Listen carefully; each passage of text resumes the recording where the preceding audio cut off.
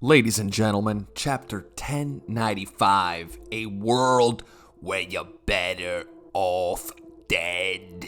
Sounds like something my aunt would say. But this chapter, guys, is dark. To say it's dark is actually an understatement, but we are gonna get right into that. But first, let's talk about this cover page. It's a small, tiny monkey running away with Buggy's nose. Now, do we think this is foreshadowing? Is this Oda doing something like he tends to do with these cover requests, right? Are they even cover requests? Who knows? Bruh. Get it? But yeah, guys, if you've been liking our channel, please hit that subscribe button. I'd really appreciate it, and it'd be super cool if you did. Your support means a lot. Now, let's get right into the chapter. We got fodder running away, spineless marine cowards, right? They're running away in fear of Saint Saturn's wrath. We got black lightning sprinkled throughout the vicinity, and it is scary stuff. This guy is an absolute monster. Literally, figuratively, however you want to cut it. And everybody's afraid. Everybody's freaking out. We even got Saint Saturn regenerating from the bloody stab wound that Bonnie thrusted into him in the very last chapter. He's regenerating like he's Majin Buu or something. The blood is just disappearing. And this is nuts. This might be the first regenerative zone that we've seen, right? If he's even a zone, there's a lot of theories that he might just be a full-blown demon, and this is his actual form. Who knows? But I'm sure we will find out soon enough. We also get Sanji getting knocked back, which I don't want to make a lot out of it because I'm a Sanji fan. I am of that belief that him and Zoro are pretty much equals. I might give Zoro an edge a little bit, but I think Sanji is up there, and I think him getting knocked back is getting blown out of proportion. They're like, oh, Zoro wouldn't get knocked back by a top tier mythical awakened devil fruit ability. Zoro would never. But then we forget that Scratchman Apu made Zoro bleed like 2 gallons of blood. So, I don't know. I'm just saying. But I don't think we should blow this out of proportion for our boy Sanji. I think this was like an attack on the brain, right? This was like a devil fruit ability that targets the brain and paralyzes you. That's what I'm thinking. But let me know what you guys think in the comments. We also got to talk about some other top tiers that are knocked out right now. They're out for the count. Luffy and Kizaru, they are both out as well. Luffy's completely out, but Kizaru, he's talking a little bit, but I think he's done, at least for the time being. I told you guys that White Star gun attack did damage, man. People that were downplaying that don't know what they're talking about.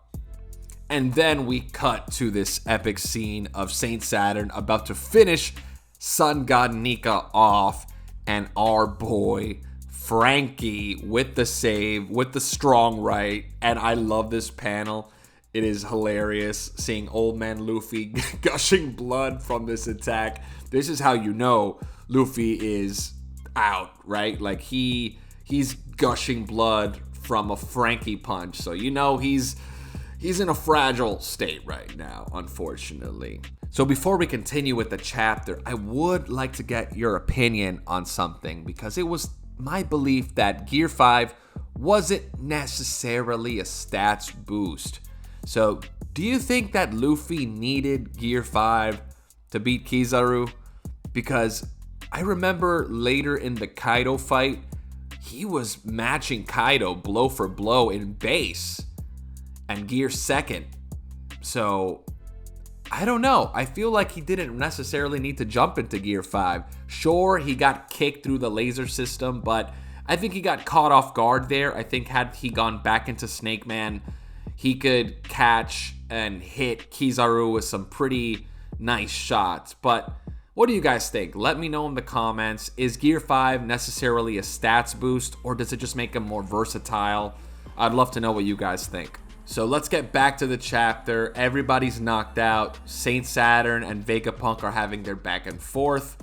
And we go into a flashback. Might just be the greatest flashback in One Piece history. We'll just have to wait and see. But we also get that scene where Saint Saturn is like holding Bonnie up in the air and telling all the troops to shoot at her head. But what's the point of that if he can just crush her in his hands? Like, he's gonna get his hands shot with bullets. That moment was a little dumb. But we then cut to the flashback 47 years ago in the South Blue Kingdom of Sorbet. We get Clap and his wife, which are the parents of Kuma.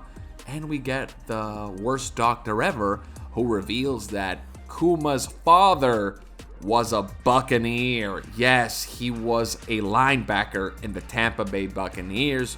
Who would have thought? Bruh. Who would have thought? Just kidding. But we find out that he's part of this powerful race called the Buccaneers. Kind of reminds me of that guy, Captain Buccaneer from Full Metal Alchemist. He was kind of bear-like, right? So as soon as the world government finds out about Kuma's parents and his family in general, they kidnap him, give him to the Celestial Dragons, and he is now a slave. Him and his father, his mother, are all slaves. And literally, like 3 panels later, Kuma's mom is dead. And 5 panels after that, Kuma's dad is dead.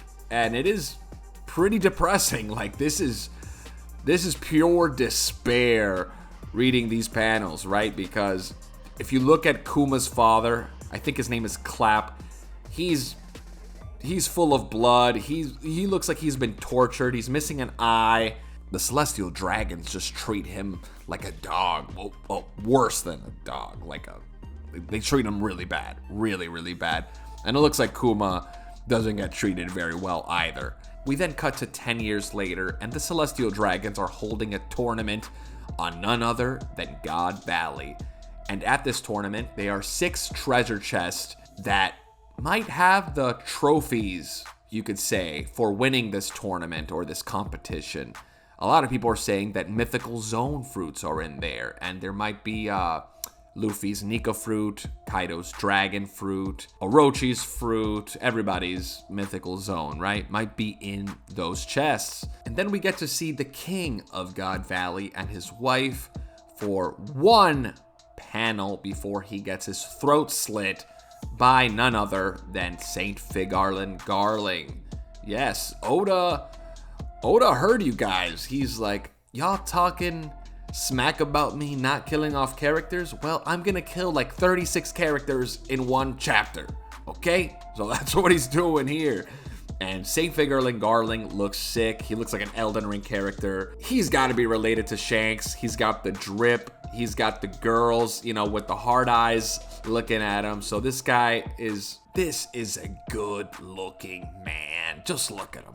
And we also learn that Saint Saturn is on God Valley as well. So a lot of implications in this chapter. It then ends with Kuma getting bullied by a bunch of slaves and none other than Emporio Ivankov and a new character named Guinea show up and save young Kuma. And it ends right here. And we got a break next week, so we will have to wait and see how this flashback continues. But something tells me Oda is setting us up for the greatest One Piece flashback yet. Guaranteed. This one is gonna be good.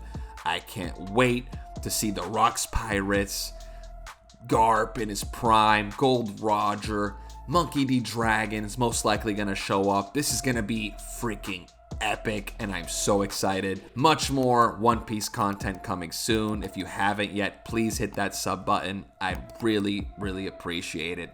Take care, guys.